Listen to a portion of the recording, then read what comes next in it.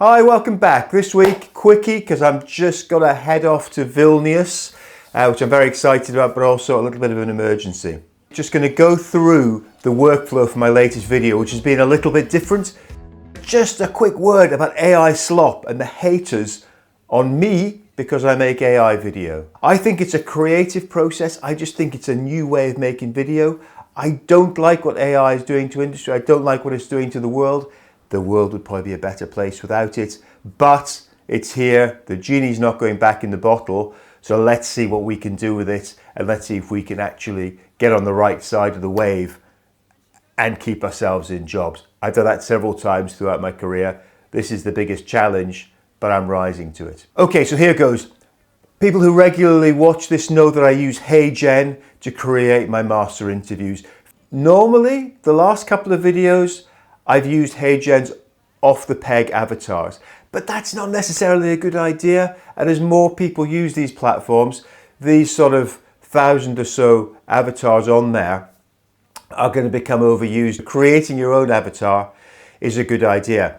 When I've done this in the past from photographs, the results have been terrible. I've been visiting the BBC to learn some cool AI tricks. That was June 2025. But it's got so much better in just 2 months.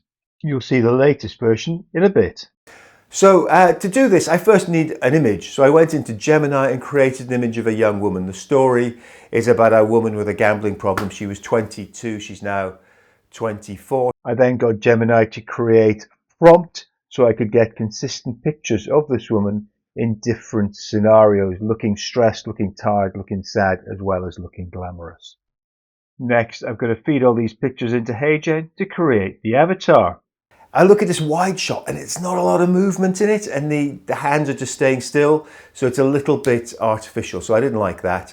However, if you tighten the shot in Heygen or in your editing software, it looks a lot better. Not perfect, but better. I now need the voice, which I did in 11 Labs.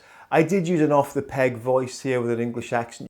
So once I found a voice that worked, I regenerated it many times, and I think I took about 8 clips in the end into the edit and used different bits of them that worked particularly well for parts of the voice to try and make it sound as natural as possible. So let's see the final master avatar. He didn't know I had a gambling problem. He'd think I'd be out with my friends drinking.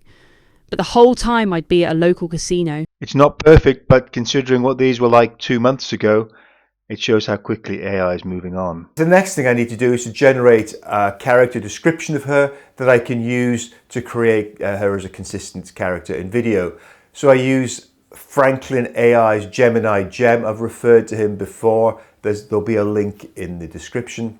The Gemini Gem will take me through a workflow to describe the video, but also the first stage will be to describe the character. So I upload a picture of the character, gives me the description, I put in all the lighting, the camera actions, etc. and it comes out with a prompt for Veo3, which is what I'm using. So once I got that, I'd start generating some images, and there are some issues with them. One thing I found was that the woman often turned out to have blonde hair, and when I looked closely, there wasn't a description of the hair. So I said dark brown shoulder length hair, added that in, and that got me much more satisfactory results.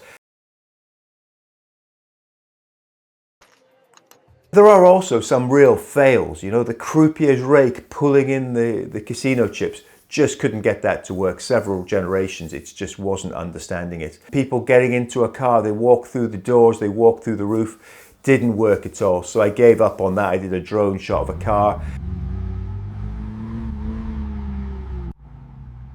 So eventually, I think I had 81 generations here. I use Flow because I can get multiple generations at once, so I'll get a choice of 3 or 4. The next thing to do, of course, is then to put it together in an editor. I use DaVinci Resolve, but Premiere or CapCut even would work. So you pull this together with some music, you use the old tricks of documentary filmmaking, of pacing, and then maybe you think some of the shots aren't working. And of course, you don't have to go out on location to film something, you can just tweak your prompts. That's it for this week. I hope that was useful. A guide to avoiding AI slop and trying to make something good and a storytelling video with AI.